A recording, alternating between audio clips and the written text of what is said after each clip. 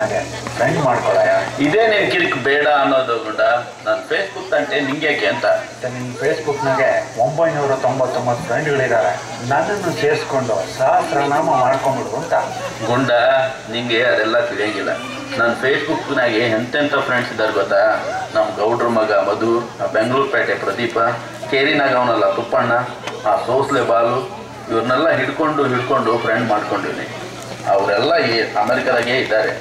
ನೀನೇನಾರೇ ಮಾಡಿ 10ನೇ ಕ್ಲಾಸನ್ನು ಮುಗಿಸೋ ನಿನ್ನನ್ನು ಕರೆಸ್ತೀವಿ ಅಂತ ಹೇಳಿಬಿಟ್ಟಿದ್ದಾರೆ. ನನ್ನ ಫೇಸ್ಬುಕ್ ಫ್ರೆಂಡ್ಸ್ ಎಲ್ಲ ಇರೋದು ಅಮೆರಿಕದಾಗೆ. ಮತ್ತೆ ಏನೋ ಗುಟ್ಟು ಅಂದಿಲ್ಲ, ಏನದು?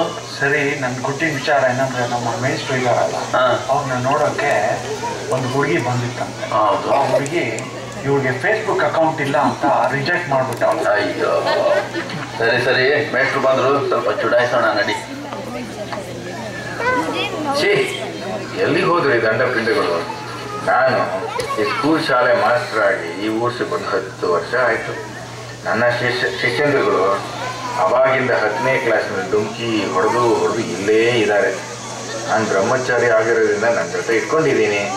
ಉದ್ದ ತರಲೆಗಳು, ಒಳ್ಳೆ ಮನಸ್ಸಿದೆ, ಅದಕ್ಕೆ ಇಲ್ಲೇ ಇದ್ದಾರೆ. ನೋಡಿ, ಕಾರ್ಬನ್ ಹಾಲೆ ತಗೊಂಡ್ ಬಾ ಅಂತ ಹೇಳಿ ಕಳಿಸಿದ್ದಕ್ಕೆ ಇನ್ನೂ ಬಂದಿಲ್ಲ ನೋಡಿ. ಇಷ್ಟೊತ್ತಾಯ್ತು. ಈ ಮೂರ್ಗಳು ಎಲ್ಲಿ ಹೋದ್ರು? ಈಗ ಬಂದ್ರು ನೋಡಿ ದಂಡ ಪಿಂಡಗಳು. ದೊಡ್ಡವರೆಲ್ಲ ಜಾಣರಲ್ಲ, ಚಿಕ್ಕವರೆಲ್ಲ ಕೋಣರಲ್ಲ, ಗುರುಗಳು ಹೇಳಿದ ಮಾತುಗಳೆಲ್ಲ ಎಂದೂ ನಿಜವಲ್ಲ. ಸರ್ ತಗೊಳ್ರಿ, ನೀವು ಖಾರ ಬಂತರ ಕೇಳಿದ್ರಲ್ಲ, ಬಿಸಿ ಐತಿ, ರಂಗಪ್ಪನ ಹೋಟ್ಲಿಂದ ತಗೊಂಬಂದಿದ್ದೀನಿ, ಬಡಬಡ ತಿನ್ರಿ. ಲೇ ದರ್ವೇಸಿ, ಯಾವನಪ್ಪ ನಿನಗೆ ಹೇಳಿದ್ದು ಖಾರ ಬಂದು ತಗೊಂಡ್ ಬಾ ಅಂತ? ನಾನು ಹೇಳಿದ್ದೇನು, ನೀನು ತಂದಿದ್ದು ಏನಿದು? ನೀವೇ ಹೇಳಿದ್ರಲ್ಲ ಸರ್, ಖಾರ ಬಂದು ತಗೊಂಡ್ ಬಾ ಅಂತ. ಬಲೆ ಮಗನೇ, ಸದಾಶಿವಂಗೆ ಅದೇ ಧ್ಯಾನ, ತಿನ್ನೋದೇ ಧ್ಯಾನ ಈ ಮೂರ್ಖನಿಗೆ. ನೋಡು, ನಾನು ಹೇಳಿದ್ದು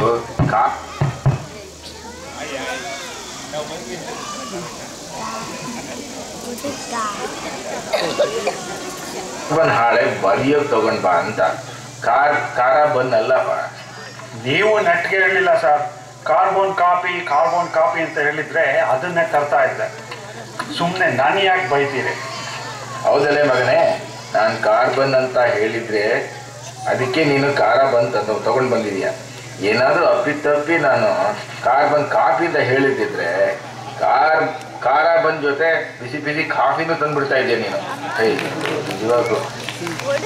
ಓಹೋ, ಏನಪ್ಪ ತಿಮ್ಮ, ಇದೇನು ವಿಚಿತ್ರವಾಗಿದೆಯಾ? ಒಂದು ಕಾಲಿನಲ್ಲಿ ಕಪ್ಪು ಸಾಕ್ಸು, ಒಂದು ಕಾಲಿನಲ್ಲಿ ಬಿಳಿ ಸಾಕ್ಸು, ಏನಿದು? ವಿಚಿತ್ರವಾಗಿದೆ ಅಲ್ವಾ ಸರ್? ಮನೇಲಿ ಇನ್ನೊಂದು ಜೊತೆ ಕಲರು ಇದೇ ಸಾಕ್ಸ್ ಕಲರ್ ಇದೆ ಸರ್.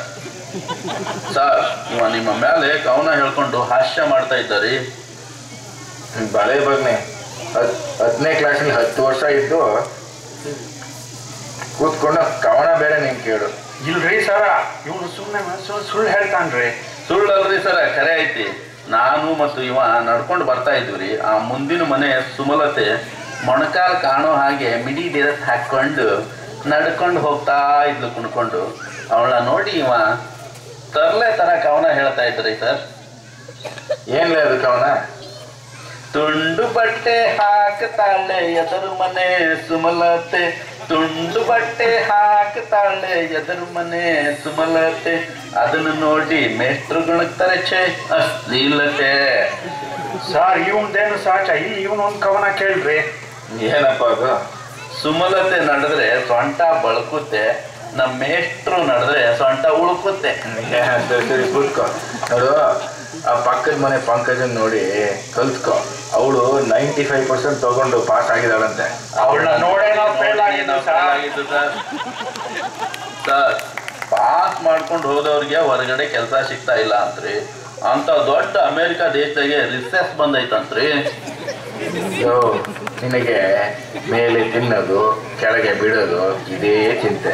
ನೋಡು, ರಿಸೆಸ್ ಅಲ್ಬೋದು, ರಿಸೆಷನ್ ಅಂದ್ರೆ ಬರಗಾಲ ಅಂತ ಅರ್ಥ.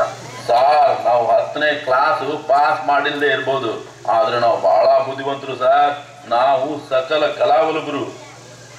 ಅದೌದು, ಲೆಕ್ಕ ವ್ಯವಹಾರ ಆಚಾರ ವಿಚಾರ ಒಂದು ಗೊತ್ತಿಲ್ಲದ ನೀವು ಊಟಕ್ಕುಂಟು ಲೆಕ್ಕಕ್ಕಿಲ್ಲ, ಆ ಥರ ಮೂರ್ಖಗಳು.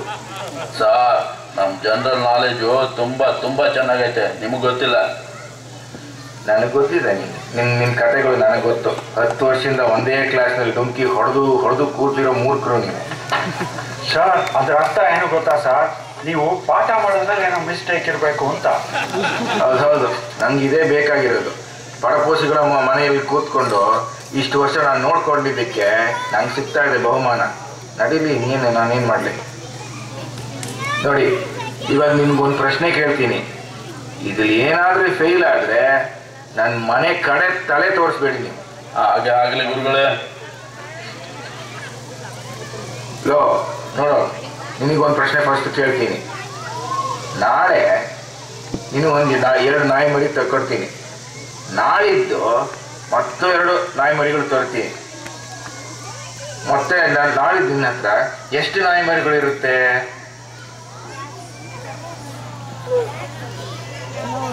7 ಸರ್. ಅದು ಹೆಂಗಪ್ಪ? ಈಗಾಗಲೇ ನಮ್ಮ ಮನೇಲಿ ಒಂದು ನಾಯಿ ಮರಿ ಸಾಕ್ತಾ ಇದೀವಿ ಅದಕ್ಕೆ. ಅಯ್ಯೋ ಮೂರ್ಖ, ಅದು ಉದಾಹರಣೆಗೆ ಹೇಳಿದ್ ನಾನು. ಸಿಂಹ, ಇವಾಗ ನಿಂಗೆ ಕನ್ನಡ ವ್ಯಾಕರಣದಲ್ಲಿ ಒಂದು ಭಾಷಣ ಕೊಡ್ತೀನಿ ನೋಡಿ. ವ್ಯಾಕರಣದಲ್ಲಿ 3 ಕಾಲಗಳು ಇವೆ: ಭೂತಕಾಲ, ಭವಿಷ್ಯತ್ ಕಾಲ, ವರ್ತಮಾನ ಕಾಲ ಅಂತ. ರಾಮನು ಸೀತೆಯನ್ನು ಅಪ್ಪಿಕೊಂಡನು ಎಂಬ ವಾಕ್ಯ ಯಾವ ಕಾಲದಲ್ಲಿ ಬರುತ್ತೆ? ರಾಮನು ಸೀತೆಯನ್ನು ಅಪ್ಪಿಕೊಂಡನು. ಬಹುಶಃ ಚಳಿಗಾಲ ಇರ್ಬೋದು ಸರ್.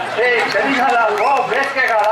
ಅದಂಗೋ ಮೇಷ್ಟ್ರು ಕಮಲಾ ಟೀಚರ್ನ ಅಪ್ಕೊಂಡಿದ್ದು ನಾವು ಇಲ್ಲಿ ನೋಡಿದ್ ಬೇಸಿಗೆಗಾಲ ರದ್ದಲ್ ತಾನೆ. ಸರಿ. ಏನು ತುಂಬಾ ಸಂಸಾರ ಮಾಡೋ ಥರ ಮಾತಾಡ್ತಾ ಇದೆಯಾ? ಅನ್ಅಫಿಷಿಯಲಿ ಭಾಳ ಮಾಡಿದೀನಿ. ಸರಿ ಬಿಡು, ನಿನಗೆ ಇನ್ನೊಂದು ಚಾನ್ಸ್ ಕೊಡ್ತೀನಿ.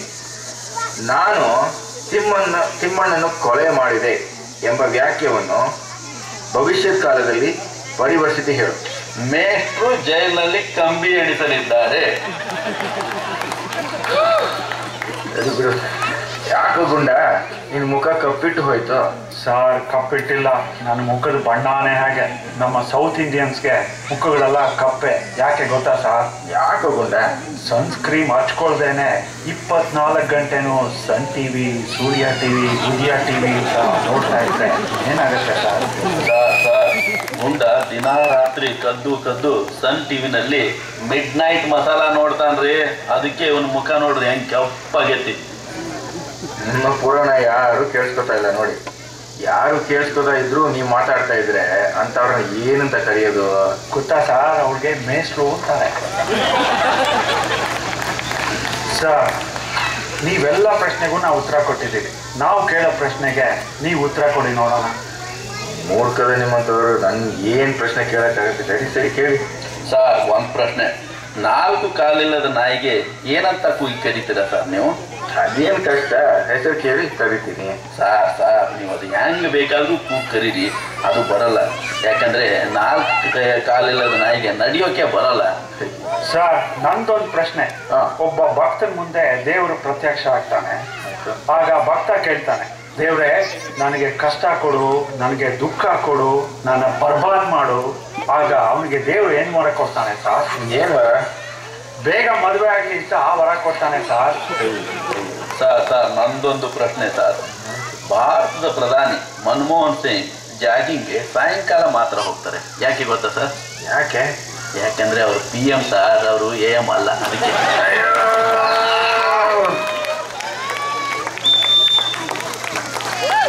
ಮಕ್ಕಳಿಗೆ